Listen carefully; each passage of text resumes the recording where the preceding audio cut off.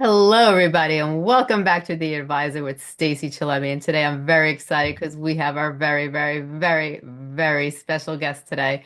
It is Roger Knight, and he is part of our podcast community. He has a podcast on our channel. He is amazing, and he just has such great advice to help you and your business grow and elevate. And today he has such a great topic that he wants to speak about today, and it's about visions, and it's about looking at the new year, our resolutions. How do we make our resolutions stick? 90% of the people who make resolutions, it doesn't work. But if we looked at resolutions and we had a vision and we took steps to actually go towards that vision, can we actually make that vision a reality? Can we make that resolution a profitable, a vision that will actually help us grow in the things that we want to do when it comes to our business, our work, and even in our active lives? So, Roger, I think this is great. I love the idea of visions and in creating visions, having to do with resolutions. Is it possible to actually, take your resolution, turn it into a vision, and actually make that vision become a reality? Almost certainly. So, one of the things that I like to do at the beginning of every year and honestly throughout the year is really take a lot of the things that I'm thinking of, the thoughts that I have, the ideas that I'd like to implement and turn them into goals. But to simply take a thought and make it into something that's a little bit more clear that, like a goal, is something I can work towards. I need to actually do things to ensure that it's going to take place. And so, a lot of people that are in that self improvement mindset, they'll actually use what are called affirmations. They'll write things that they're trying to manifest. They're going to set goals. We can talk about SMART goals, for example, later. But around the new year, you hear about resolutions, like you've been saying. People will make this resolution to change something about their lives or work on in the new year, something that's important to them. Well, one of the things that I have found is hugely helpful in taking the thoughts, the goals that you have, and really moving them to another level is this idea of a vision board. And the vision board basically takes and visualizes what it is that you're trying to accomplish in an image. And the reason why it's so powerful is your thoughts oftentimes take place as images. If you think about it for a moment, one of the things that everyone does when asked a question or thinking about things is you visualize. And at the subconscious level, that's what resonates. And so, what we have to recognize is words do great, but pictures are worth 1,000 words. So, knowing that truth, what we want to do is find images that represent what we're striving for, what we're trying to do. And so, hopefully, today we can talk about why this matters, how it matters, and how we can leverage it to our benefit. I would love to do that. A lot of times when you see people make vision boards, you always see them make a circle, they have a goal in the middle, and then they have all the lines, and it's all words. It's all words. But I agree with you. When I see a vision and I have a vision in my head, I feel a sense of motivation. I feel a sense of energy. I get excitement because I'm looking at the future. I'm looking at what I really would like to accomplish, and it gets me excited. But it's a vision that I'm thinking about. I'm not thinking about a bunch of words. And, with a vision board, how would you actually, how would you create that vision board? Like, and why would you use a vision board? Like, why a vision board? Why not just maybe create a journal and maybe stick pictures and some affirmations and stuff like that? Why is a vision board so important? Well, it's a great question. I'm going to back up to the why as we start to answer this. The why is because thoughts become reality. You have to understand that what you think about, what you regularly spend your time diving into, are going to become reality. And that's why it's powerful to understand the value of being an optimist versus a pessimist, or perhaps even a realist.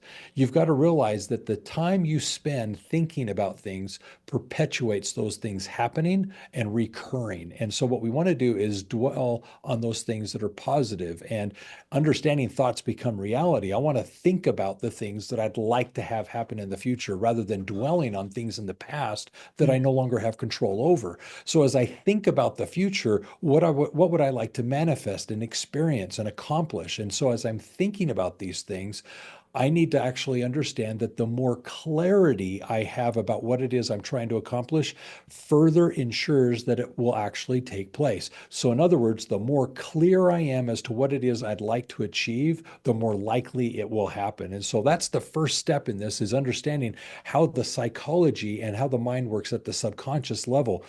there's so much noise going on around us. There's a lot of things happening. Our subconscious, in order to try and manage that, helps us avoid things. And it says, this isn't important. This isn't something you need to pay attention to. This isn't something you need to be aware of. And as it's making our hearts run, helping our breathing take place, it's out there controlling these things at a subconscious level so that, oh, Roger said this is something I need to pay attention to. And that's where I notice it. That's where you hear things of, and these stories are always prevalent. You didn't know anyone else had it, you buy it, and all of a sudden you start noticing everyone has it as well. Well, the only reason that's happened is because you've told your subconscious this is important. It was enough that I was going to buy it. I bought it. Now your mind is saying, oh, well, let me point out everyone else that has it as well. And you start to recognize these things. This is just a common element of how the mind works, and we're going to leverage it to our advantage as we have this conversation about now purposely using images to create a vision board. I like that. And I especially like when you made the comment about, we can't really focus on the past. A lot of Mhm. people they focus on on the failures they may have or things that didn't go exactly the way they wanted to, and they bring those negative emotions, those negative feelings into the present. And they're always looking at the negative issues, what they don't have and what they're not achieving and why they're not at this point or this level. And instead of really looking at, where they want to be at the end, the outcome. And Yeah.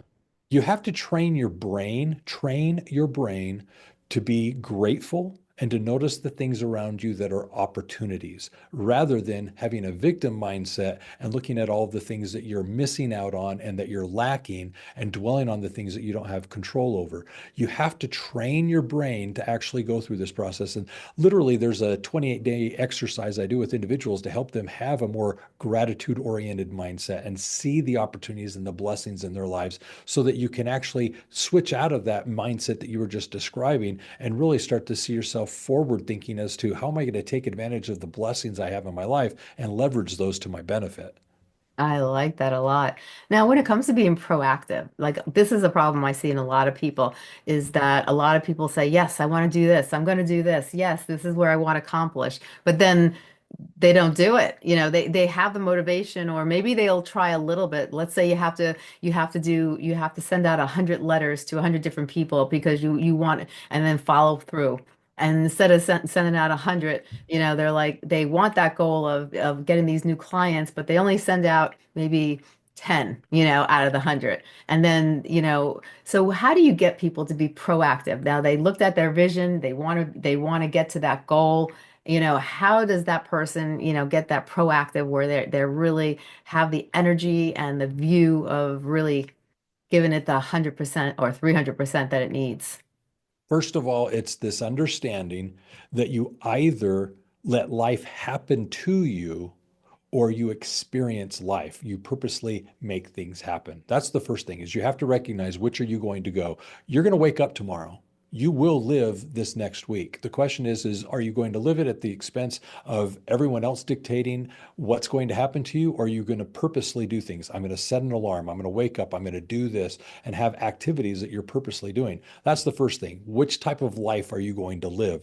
The Yeah. second then moves to what you're talking about is living purposely with intent. And to do that, you have to have goals. And maybe in a moment we can talk about SMART goals. But the point is lots of people have the best of intentions.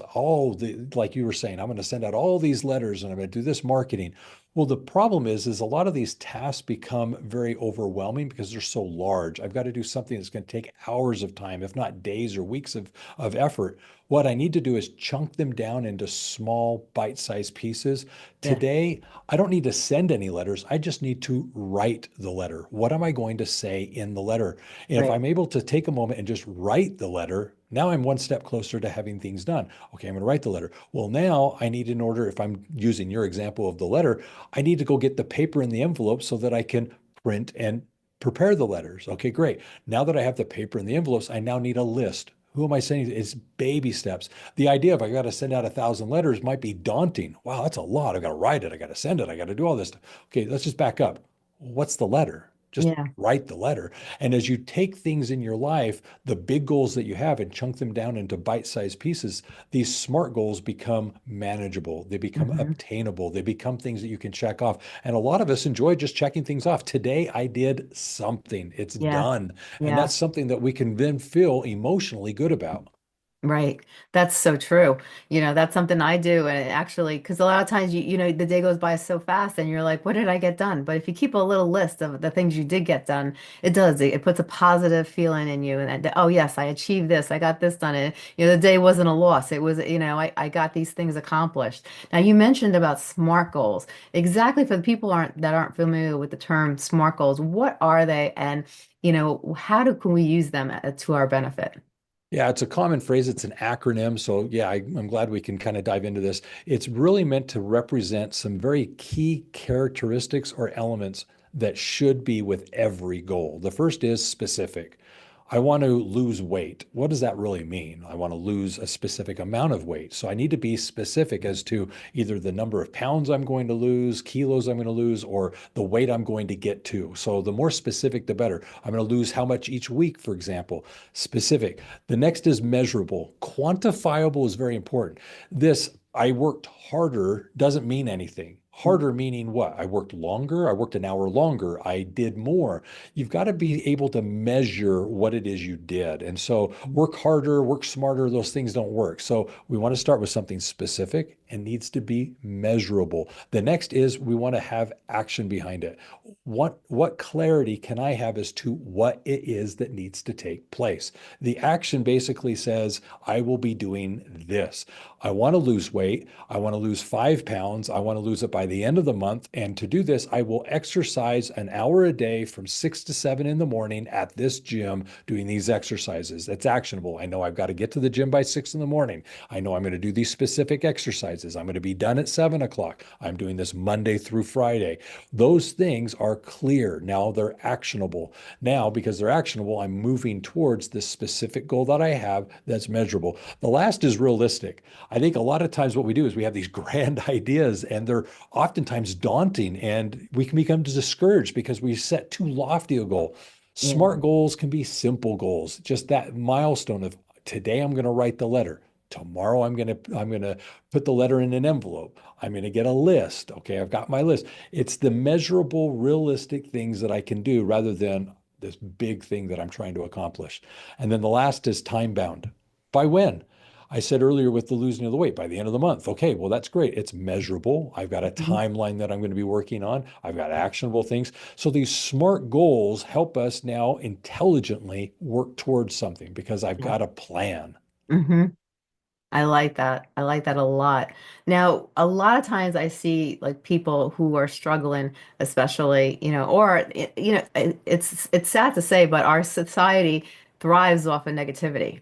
And Yeah. so when you can't be a pessimist. You have to really be positive because I feel like when you're positive, when you think that's the manifestation. Good things start to happen when you start to really put it out to the universe and you start to really think positive things and you have that vision and you start really, energizing yourself to a goal. And like you said, creating those SMART goals and breaking it down little by little so you don't overwhelm yourself. But if you have that pessimistic personality, or you might not be pessimistic, but there's a lot of things might not be going your way in your business and you might be struggling or having a lot of stressful moments. How do you turn that around? Or is there anything that you tell your clients that will help them so they could actually see things in a better light and maybe change the whole atmosphere? I'm so grateful you asked this because this is one of the daily struggles we all experience. It's just human nature.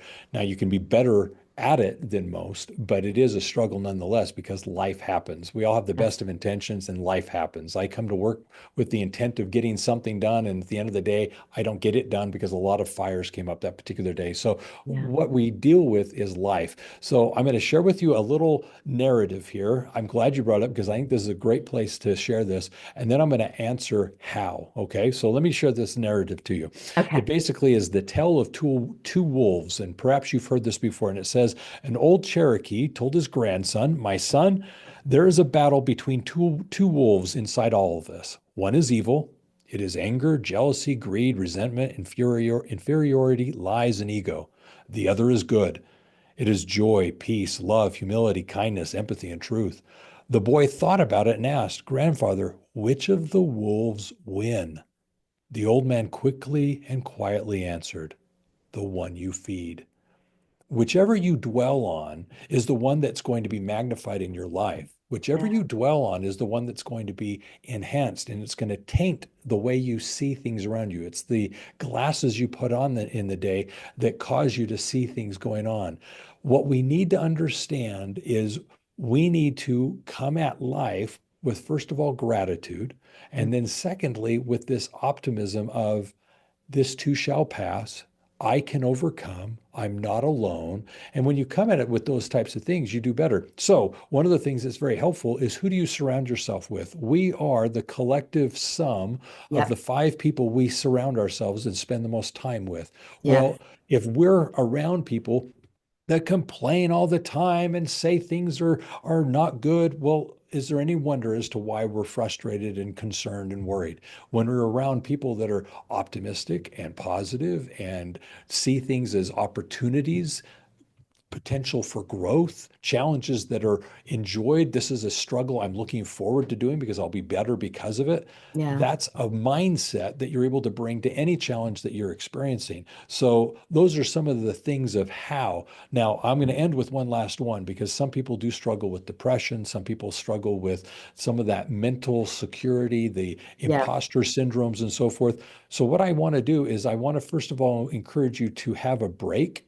You need to break away from these stresses and struggles you may be facing. You have to have a diversion. Okay, that's very important. You have to have a diversion, whether it be a weekend, whether it be a vacation. You've got to be able to find your way of stepping away from the situation. The second thing is you've got to find ways to naturally release the endorphins in your body so that you can laugh and smile and enjoy things. And so, what we've got to do is, I like to do comedies, watch a movie. Mhm. My daughter, she watches the sitcom Friends. She just Yeah. finds that humorous. She has it on repeat. She watches it every day. Why? Because it causes her to laugh and chuckle. And that's huge Yeah. because it releases those natural things that we're looking for in our body. But I'm going to end with one last thing. The thing that I would definitely want to suggest is, you should not self-medicate. So often what we find is, rather than finding these positive diversions, finding ways to laugh and smile, is we self-medicate and suppress. And I definitely don't want to encourage that. I would Yeah. rather encourage you to listen to a comedian. My wife right now is on Netflix, going from comedian to comedian, comedian. She's just enjoying these things. And as she's doing so, it's just causing her to laugh and laugh. And that's one of the things that I would encourage you to consider doing. And yeah, I have a question that just popped in my head as you were mentioning that there's so many business owners, entrepreneurs, and people in high level titles that have the problem where they have a hard time hanging up the coat. When they go home, they continue to work. On the weekends, their computer is on their lap. And it's so hard for them to just put that computer to just get away and to just let go. From your own experience, do you have any advice for people who just, even though they should be watching Friends or a comedy, how do you help them to just hang up the coat and say, this is my time? All right. So, first of all, guilty as charged. I love work. I love to do what I do. I struggle to find that stopping point. There's always more that can be done. It's just the nature of being the president of a company. So, I do hear what you're saying. But that being said, I have learned that I need to be present. So, I'm going to just share with you what I have learned about myself, and perhaps it very much applies to your question. And it's basically this: whenever I find that I'm not present, when I'm distracted, when my mind is wandering, and I'm not able to be in the moment, I know that Hmm. there's a problem in my life. There's something that needs attention. And it's either something of regret, something in my past that's not resolved, that I need to give Hmm. some attention to, something that I need to spend more time on, and I need to take care of it. Because if it doesn't get addressed, it will fester. Yes. When I'm present, I'm able to enjoy the moment. I'm able to smell the flowers. I'm able to enjoy the conversations. I'm able to be with my friends and family. But if I'm also looking towards the future, I'm planning in my mind something that I need to get prepared for. I'm not present because I'm not ready for something that's coming up. it tells me that the next thing I need to be doing is get ready. So Hmm. anytime I find in my life that I'm in a situation where I cannot be present, that's my trigger that says, okay, something's out of whack. Something needs my attention. Now, I have gone to the point because of my scheduling and my calendaring and how I plan out my days that I am able to be present more often. So Yeah. when I go home, I don't open the laptop. I do look at my phone. I'll do answer emails during a commercial or when I go to Yeah. the restroom or whatever the case. I don't mind that. But when I sit down and I'm with my wife, when I'm visiting with my children, if I find that I'm spending time in the past or thinking about the future, I know I'm not where I need to be. And Right. that tells me I need to spend some time on that thing so I can get it taken care of. So the next opportunity I have, I address that issue. It's no longer a concern. And now I can be present again in the things that I'm involved in. I like that. I like that a lot. And I know you always say seeing is believing. So if we take all these steps and we apply them to our lives, is there usually you'll probably see that change in your life. You'll probably see things start to really change for the better. You'll start to manifest more success. You'll start to let go of that stress level. You'll start to really put things together and have a little bit of a more stabilized business and home life too. Yeah, these things all start to come together. What you're talking about is I take my passion that I have and I channel it into something clear, something specific. Now I identify goals that I need with it. But in addition to that, I want to visualize it. I need a visual representation of what that is so that I have something I'm working towards that has an image associated with it. Now, because I'm taking my passion and I've clearly identified what I'm working towards and I've got a visual representation of it, I can start establishing these clear goals and so forth. So that purpose is now channeled. And that's one of the things that I find is very helpful because now I'm productive. All these things are going on. If there's noise, I can say that's going to help me get towards my goal. That's not. I'm not going to worry about that. I'm not going to Yeah. deal with that. But that right there needs my attention. So I'm going to work on it because it'll get me closer to what I'm working towards. The other thing that happens, and this goes back full circle to what we started with as it relates to vision boards, you only have so much space on a board to put certain things. So you have to become picky. What are those things that I want to focus on as it relates to my personal well-being, Yeah. my professional career, my business, my relationships with spouse or children, or maybe it's with my parents. It's all those things that I need to fit on the board. Well, I've got to be very particular as to, okay, what am I doing? And I put images up that represent here are the things that I'm going to prioritize and emphasize because this is a very important thing. You can only juggle so much. Yep. Some people can juggle two things, some four things, some six things. You have to understand how much you can handle before you start dropping things. At the moment Mhm. you start dropping things, nothing's winning because you're Yeah. failing. So, what I want to do is I want to say there's something that has to give. In order to be successful, sacrifice has to happen. Something has to give. And you've got to be willing to set something down so you can focus on the thing that you've got in the air. And if you've got two things in the air and you're doing it well, wonderful. If you can do three, better yet. Four, wonderful. But many of us can only handle so many things. I would dare say three or four things is about as much as we can do as well as we would like. Yeah. Otherwise, things start to be, sacrifice, things start getting maybe degraded, if you will. So, yeah, that's a very important point to consider. Now, I know that you had mentioned to me that, if you think you're going to fail, you will fail. And so you have to really keep up. Positivity seems to be a very important aspect of this whole scenario that we just talked about. All these different steps of, making your resolution a reality, being positive throughout the whole thing, no matter what obstacles we endure, will get us through. Yeah. So thoughts become reality. We started with that. Well, it's like driving a car. If you're thinking you're going to hit a tree and you're looking at the tree, no surprise you hit the tree because you're looking at the tree. Don't look at the tree. Look at where you want to go. And Yeah. so I think so often what happens is we get, these shiny things or we get distracted and we wonder why that became a priority or why that happened. Well, it's because you were dealing with it. You didn't push it out of the way. So what we need to focus on is thoughts do become reality. So stop thinking about these things. If you Yeah. think you're going to get sick, you're going to get sick. I hate to tell you Right. that, but that's just what's going to happen. Yeah, I agree with you. Now, when you keep your vision board, do you keep it in your office where you could see it so every day that you have it, you know where your vision, you have that vision in front of you. So it's kind of like it's a reminder and also a motivator at the same time. It's funny you bring this up. With the vision board, I just redesigned the area I'm in, and it used to be sitting right over here to the right of me. It's no longer there just because I pulled everything out and I'm reorganizing the room I'm in. But no, I actually am not one that puts it in a prominent place. There are people that do put it prominently in either their home, their office. It's not unheard of to put it on mirrors and so forth. I'm Yeah. not that type, partly because my wife doesn't like the vision board. It doesn't go with the motif of the house. So it's not like she wants this what is it, like a collage Uh-huh. of things over on the corner like a preschool kid, right? I Yeah, mean, yeah, as much as yeah. we love our kids' art, I mean, it's not like we put it up like the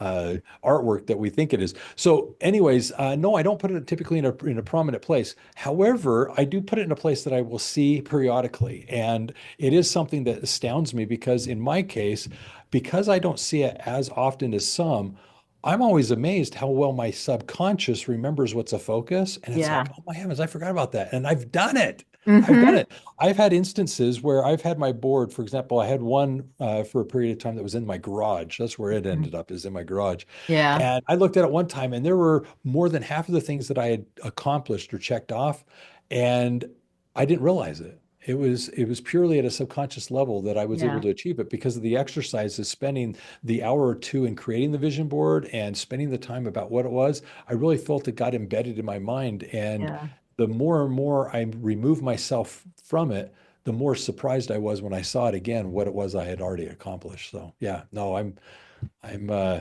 open to either thing, but I do encourage people to hang it up when they do theirs.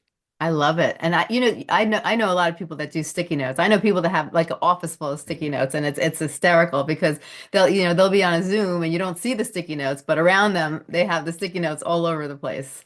Yeah. No, my wife's a sticky note person as well. So yes. I think it's a girl thing. A lot of the women like that to do that. And you can get different colors. You can put them in different Yeah, no, I get it. I get it. Now, you have to be really committed. I think a lot of times people sometimes get either burnt out or they get tired and they fall off the bandwagon. Do you have any suggestions on how to stay committed and how to really stay focused and be able to, have to not lose sight of that commitment, to have commitment ingrained in you where you really want to, I'm committed to this, I'm going to do it, just like we talked about exercising and you had your schedule and you have your priorities straight. Are there any suggestions that you give to people that could help them stay committed and not give up? I do. I've got two. One I usually share at the very end of this simply because of the vision board, but I'm going to tell it to you now and then I'll give you the second. When you're finished with the vision board and you've actually taken the time to create it, when you're finished, it's not enough to simply have it done. You do need to hang it somewhere. But the second thing is you have to share it with someone. And I encourage people to share it with two individuals that were not involved in the exercise, where you take at least one of the things on your vision board and you share with them what it represents and what it means to you.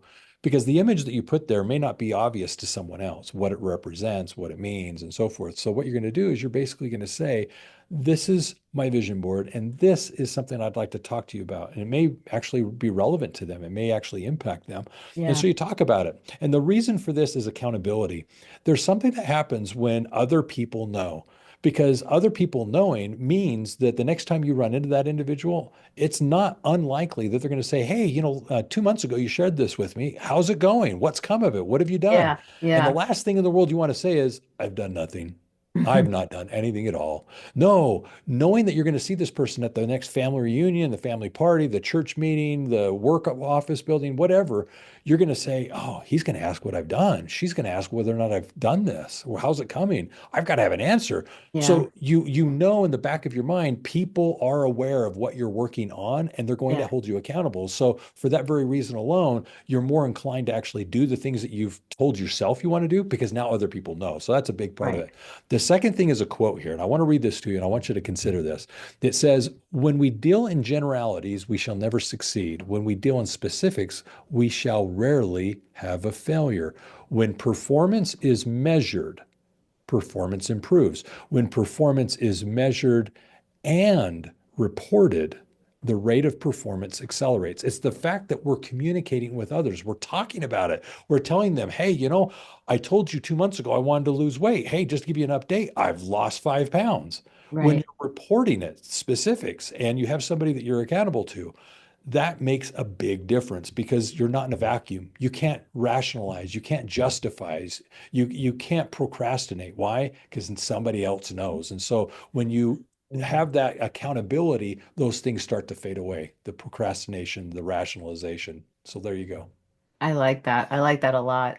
And when you make this vision board, can you just make a regular poster board type thing, or does it have to be like a vision board where it's erasable, or is there anything that you suggest like your personalized vision board should be, how you should make it? Is there a specific way that you find effective?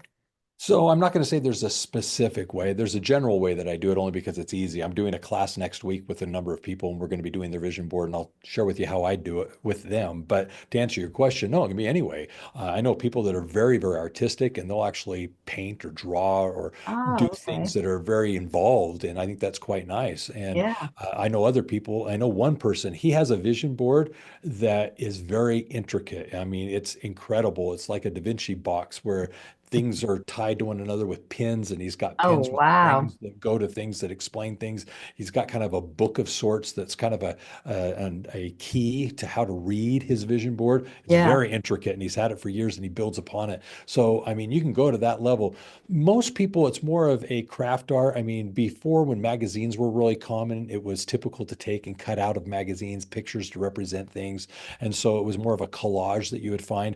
The easiest thing that I have found, even still today, is you can go down to a Hobby Lobby, a Walmart, a Target, and you can buy these posters, and they're basically frames that you would generally put like a poster inside. What I do Okay. is I take those frames and I turn over the paper that's on the inside. I Mm-hmm. turn it over, and that's the white side that I Yeah, then yeah. use to put everything on.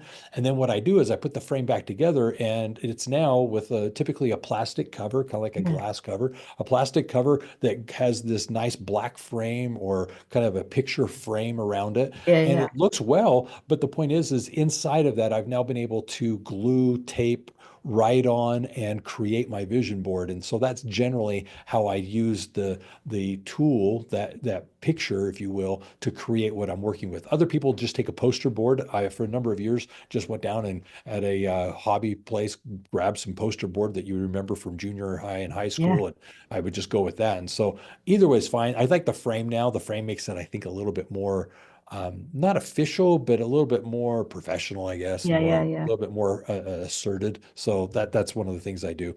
But as for the board itself, let me just give you some quick ideas of what you can do. Sure. This isn't a you have to do it this way, but I found this effective when I'm teaching it. Is usually what I want to do is I want to take the board and divide it into two, three, or four quadrants. Mm-hmm. And with those quadrants, just focus on two, three, or four things in my life that I want to work on. A lot of times people will have themselves, like personal wellness, some goals that they have. Some will have relationships. Some will have like career goals. That's three quadrants. What's your Yeah. personal thing that you want to do? I want to read these books. I want to go on this vacation. I want to run this marathon. I want to buy this vehicle. I mean, those are personal things, right? Yeah. Relationships. I want to go on a family vacation. I want to go see my parents. It's just, on a relationship level, what do you want to do? Some people will put spiritual, some people put physical. I mean, it's just things on there. And then it's career. You've got this career section that says, I want to get certified in this. I want to launch this new product. I want to open this new store. I mean, it's just what career wise that you want to do, business wise, you want to accomplish. And again, it's the images that represent these things that you're doing. And that's what you do. And some people will put in the center something that's very important for them that is like the hub of their way of seeing life. And that's Yeah. one of the things that you can do to actually complement what you're experiencing. I love that. I love that. Now, I always feel like language matters. Like, some people say I can't. Well, don't say can't, say can. I shouldn't. You should, And then, it's sometimes like if you think more positive and you take the can't or not or, out of it. It seems like if you keep saying it to yourself, I can, I can, I can, you will, you know. You're right. Yes. If you can't, you're right. If you can, you're right. I believe you. Yeah, you have to understand self-talk. I think sometimes we're the worst person in our relationships because the self-doubt that we can bring into our own minds, the way we talk to ourselves can be very cruel and very mean. And so if you're your worst contractor, you need to really consider what you're doing. You need to be your biggest cheerleader. You need to be the person that really stands up and says, "You can do this. I believe in you. This is something that you will accomplish." That is something that I think is hugely misunderstood or not spoken of enough is how we self-talk.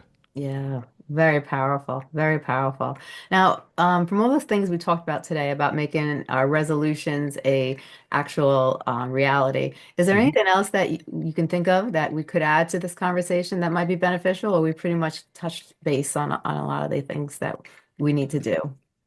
Two things. One, just to wrap up the vision board, I highly encourage everyone to do that. I coincidentally have a free course where I cover all of these things and give instructions on how to do it and give some instructions on, best practices. So if that's something that people would like to take advantage of, you can go to universalaccounting.com and actually find there the vision board. An easier way to find it is go to uacourses.com and there is a free resource section where the vision board is available. So definitely want to mention that. But the other thing I'd want to say though is for some people, the vision board is a little much. Resolutions is a bit much. Affirmations is a bit much. So I'd like to share with you a simpler version that some people find a little bit more bite size. And it's basically a bingo board. This is something my daughter does.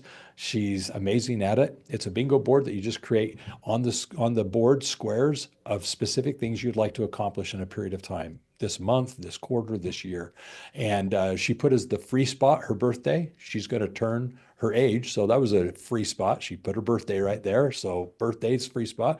But around it, she put various things that she would like to accomplish. And she put some difficult things and some easy things so that she can, throughout the year, just try and get these things done. And then as she gets something in a line, she's going to reward herself. And the big thing that you're looking for is hopefully by the end of the year, you're going to have blackout, the whole board covered. But that makes it fun. It makes it excitable. It's something manageable. It's a bingo board. She's got it Yeah. on her phone and she just kind of runs with it. So I love the bingo board philosophy. It's different than the vision board. Vision board is definitely more visual. I like it. It actually, I think, appeals to the subconscious and helps our mind stay focused on what matters because we created this vision board. But for some people, the bingo board is a great complement only because of the simplicity of it. It's easy. It's just a few things on the board that we're going to be working towards. You got that free spot on there, something that's a given, and off you go. And you just when you get something like, you get a vertical line or a horizontal line, go reward yourself, go out to lunch, go get a drink, whatever the case may be. But at the end of the day, you're going to go for blackout before the end of the year. Oh, I love that. That is awesome. I love that.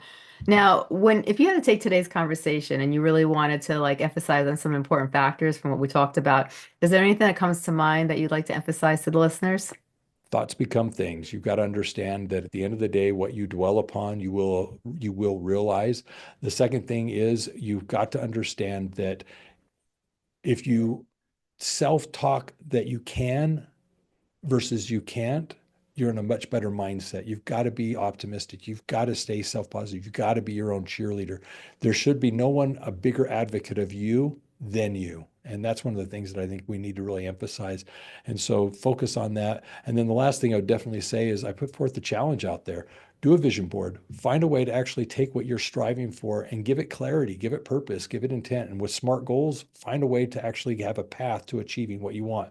The biggest secret in this entire exercise is the more clear and specific your goal, the more likely it is you will achieve it, period. I like that. Yes, that's so true.